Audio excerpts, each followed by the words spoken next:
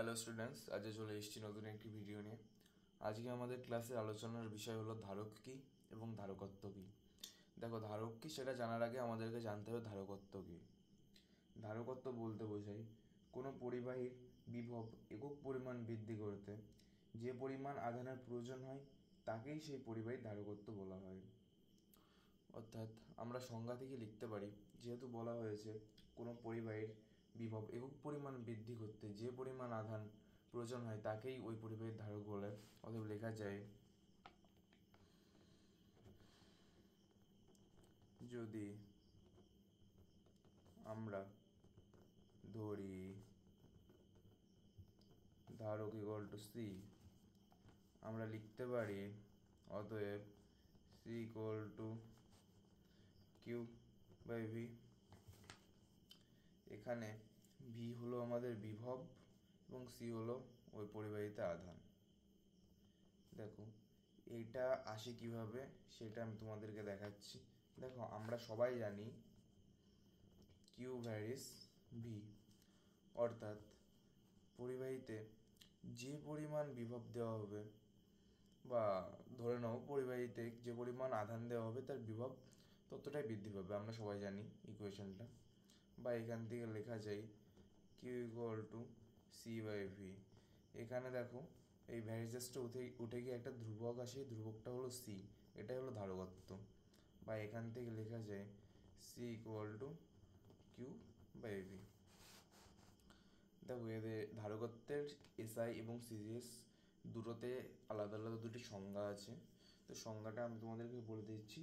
এসআইতে যে সংজ্ঞাটা আছে সেই সংজ্ঞাটা হলো কোনো পরিবাহীকে 1 কুলম আধান দিলে যদি সেটির বিভব 1 ভোল্ট বৃদ্ধি পায় তাহলে ওই পরিবাহীর ধারকত্বকে 1 ফ্যারাড বলে। অর্থাৎ এখানে লেখা যায়, যেহেতু এসআই পদ্ধতি, আমরা লিখে নিই এসআই পদ্ধতি, অর্থাৎ যখন আমাদের এসআই পদ্ধতি হবে, এখানে দেখো আমাদের যেটা সাধারণ ইকুয়েশন, এখানে আমরা ধারকত্বকে সি দিয়ে প্রকাশ করেছিলাম, কিন্তু যখনই আমরা এসআই পদ্ধতি ব্যবহার করব তখন আমরা এখানে সি দিয়ে প্রকাশ করব না, তখন আমরা লিখব ফ্যারাড ইকুয়াল টু, আমাদের এখানে সাধারণ ইকুয়েশনে কী ব্যবহার করেছিলাম, কিউ। এসআইতে কিউকে কী বলে, কুলম্ব, কুলম্ব বাই টি মানে ভোল্ট, ভোল্টকে তো এসআইতে ভোল্টই বলে, ভোল্ট।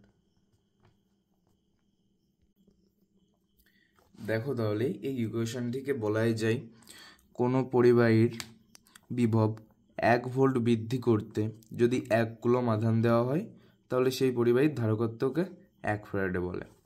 যেমন এর এসআইতে একটি সংজ্ঞা হলো, সেমনই এর আরেকটি সংজ্ঞা আছে সিজিএস পদ্ধতিতে। তো যখন সিজিএস পদ্ধতি হবে, আমরা এসআইতে যেমন 1 ফ্যারাডে লিখেছিলাম, তো তখন এখন সিজিএস পদ্ধতিতে যখন লিখব তখন এটা হয়ে যাবে 1 স্ট্যাট ফ্যারাড, বা অনেক সময় 1 ইএসইউ ধারকত্ব বলা হয়, ইকুয়ালস টু, এখানে হলো তোমার আধানের সিজিএসে কি বলে, আধানকে স্ট্যাট কুলম, আর ভোল্টকে কি বলে, স্ট্যাডো ভোল্ট। অর্থাৎ এটা হলো আমাদের সিজিএসের ইকুয়েশন। দেখো সবসময় এখানে যেমন আমরা লিখেছি 1 ফ্যারাড, 1 ফ্যারাড একটা খুবই বড় একক, তাই জন্য 1 ফ্যারাড ধরা হয় না। বেশিরভাগ সময় আমাদের এখানে দেখবা কোনো যদি প্রশ্ন দেওয়া থাকে তাহলে থাকবে 1 মাইক্রো ফ্যারাড, যেটা হয় 1 × 10⁻⁻6 ফ্যারাড। এইটাই মাইক্রো ফ্যারাডটাই সবসময় ব্যবহার করা হয়, কারণ এই ফ্যারাডটা হচ্ছে খুবই বড় একক, তাই জন্যই মাইক্রো ফ্যারাড ব্যবহার করা হয়। আমরা যে এসআই এবং সিজিএস পদ্ধতিতে দুটোতেই আমরা ধারকত্বের ইকুয়েশনটা বের করলাম। এ দেখো, সিজিএস পদ্ধতিতে ধারকত্ব এবং এসআই পদ্ধতিতে ধারকত্ব, এই দুটোর মধ্যে আরেকটা সম্পর্ক আছে, তো আমরা লিখে নেব। দেখো সেটা এখন আমরা প্রতিষ্ঠা করব। সিজিএস পদ্ধতিতে ও এসআই পদ্ধতিতে ধারকত্বের মধ্যে সম্পর্ক।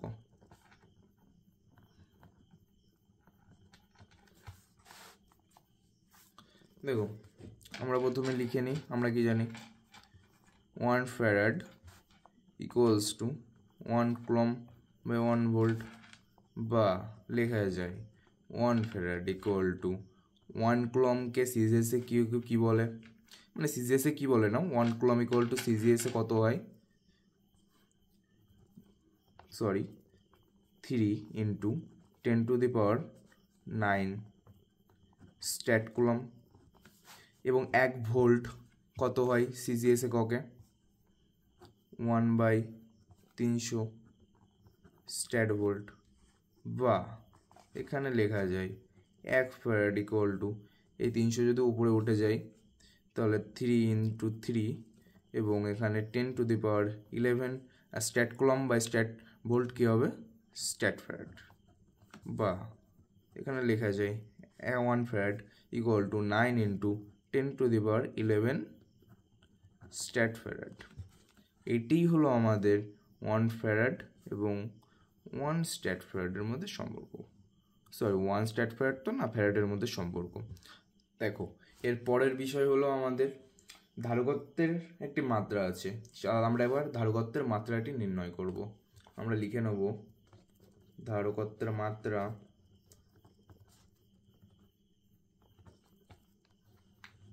দেখো ধারকত্বের সাধারণ ইকুয়েশন কি, C equal to Q by V. অতএব মাত্রা, দেখো আমরা কিউ এর মাত্রা কি জানি, কিউ এর মাত্রা আমরা জানি আইটি, জানি এটা। এবার ভি এর মাত্রাটা কি, দেখো ভি এর মাত্রা আমরা এখন এই পাশে নির্ণয় করে দেবো। আমরা কি জানি W equal to Q V, বা এখান থেকে লেখা যায় W by Q equal to V, বা লেখা যায় F into S by Q equal to V, বা লেখা যায় M L T 2 by L by I T equal to V. বা আমরা এবার এখানে ভি এর মানটা লিখে নেব। দেখো কি লিখি, M L two T to the power -2, sorry T to the power -2 into L by I T, বা এখান থেকে যদি আইটি উপরে চলে যায়, আইটিটা উপরে চলে যাবে দেখো, তাহলে I square T square equal to M L T to the power -2 into L থাকে। তাহলে এম যদি উপরে যায়, এম ইনভার্স এল যদি উপরে যায়, এখানে দেখো এল গুণ এল স্কোয়ার আছে, তাহলে এল টু দি পাওয়ার -2, আর টি যদি উপরে যায়, উপরে টি স্কোয়ার আছে, টি টু দি পাওয়ার 4, এবং আই স্কোয়ার তো একটা আছেই। আমাদের এইটা হচ্ছে ধারকত্বের মাত্রা। এবং সবসময় মনে রাখবে ধারকত্ব হলো একটি স্কেলার রাশি, কারণ এর দিক ও অভিমুখ কিছুই নেই।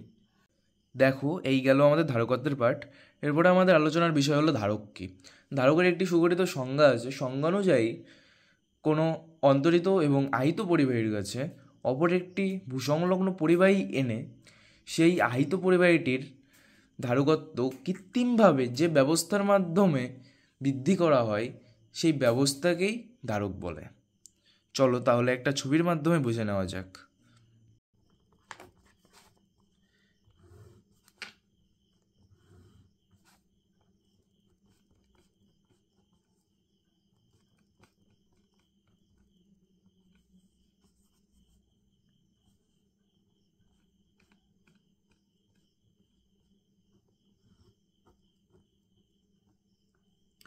দেখো এটা হলো আমাদের সেই অন্তরিত এবং আহিত পরিবাহী। এই পরিবাহীর একটি ধারকত্ব থাকবে। এই পরিবাহীর ধারকত্ব ধরে নাও, আমরা ধরে নিই ধারকত্বের C equal to Q by V ধরে নিই।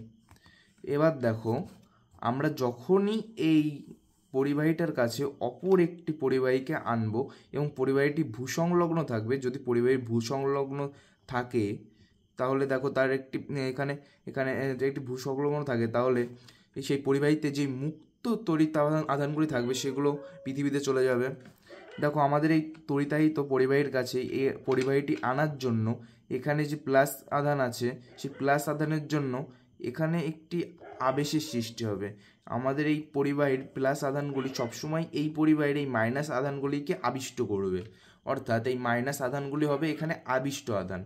যেমন কারণ যেমন এই প্লাস আধানগুলির জন্য পরিবাহীর এই প্রান্তে যে মাইনাস আধানগুলো চলে এসছে অপর প্রান্তে প্লাস আধান চলে যাবে, কারণ প্লাসে প্লাসে বিকর্ষণ করে আমরা সবাই জানি।